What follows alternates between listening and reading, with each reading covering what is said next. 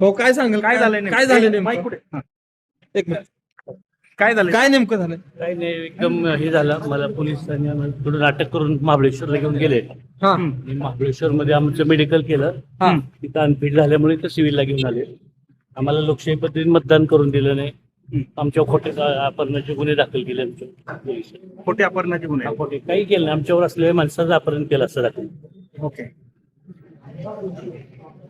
तुमची काय परिस्थिती कपडे फाटले तुमचे? आज काय झालं सांगा? अध्यक्ष निवडीच्या दरम्यान हा सभागृहाच्या बाहेर 5 फुटावर गेलो हा. असताना मला पोलीस प्रशासनानं बळाचा वापर करून खोटा गुन्हा दाखल करून मला महाबळेश्वरला मतदानाच्या अगोदर 5 मिनिटं फक्त नेलं. मारहाण झाली का तुम्हाला? अमानुषपणे मारहाण झाली. कुणाकडनं झाली? पोलीस प्रशासन खाजगी वेशातले पोलीस. चला तर बाकी प्लीज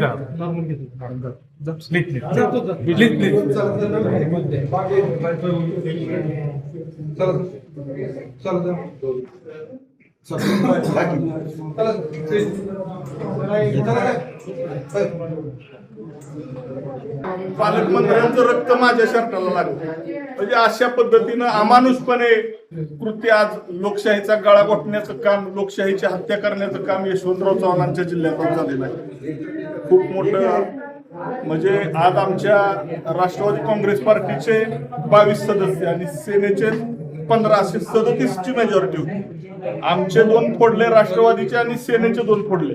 आमची 33ची मेजॉरिटी झाली. त्या 33च्या आमचेच बापूसाहेब शिंदे व्हायचे. ते बापूसाहेब शिंदे रोज आमच्या बरोबर आहेत.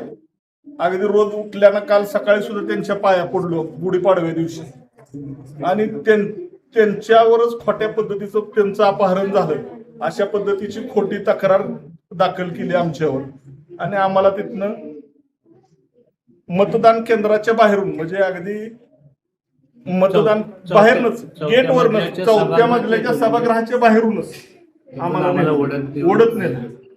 मकरंदाबांना, पालकमंत्र्यांना सगळ्यांनाच ओढत होते. नितीन काका आम्हाला हे करत होते की बाबा यांना मतदान करू दे. सगळे म्हणत होते. कारण काहीतरी सांगितलं असेल की तुम्हाला? काही कारण सांगायचा विषय नाही. कारण आम्हाला सांगितलं सांगायचा की विषय नाही. चला बापूसाहेब शिंदे यांनीचं अपहरण झालंय. ते बापूसाहेब शिंदे काल 12 वाजता महाबळेश्वरच्या पोलीस स्टेशनवर गेले. तिथले सीसीटीव्ही फुटेज उपलब्ध आहे. ते स्वतः जाऊन सांगतायत की माझं काही अपहरण वगैरे झालेलं नाही, मी तर महाबळेश्वरमध्येच आहे.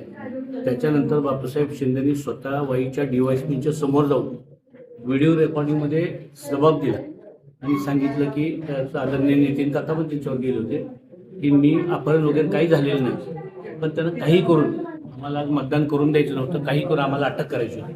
आणि म्हणून अटक करून 4थ्या मजल्यावरनं आम्हाला अटक करून तिथून महाबळेश्वरला घेऊन गेले. आणि महाबळेश्वरमध्ये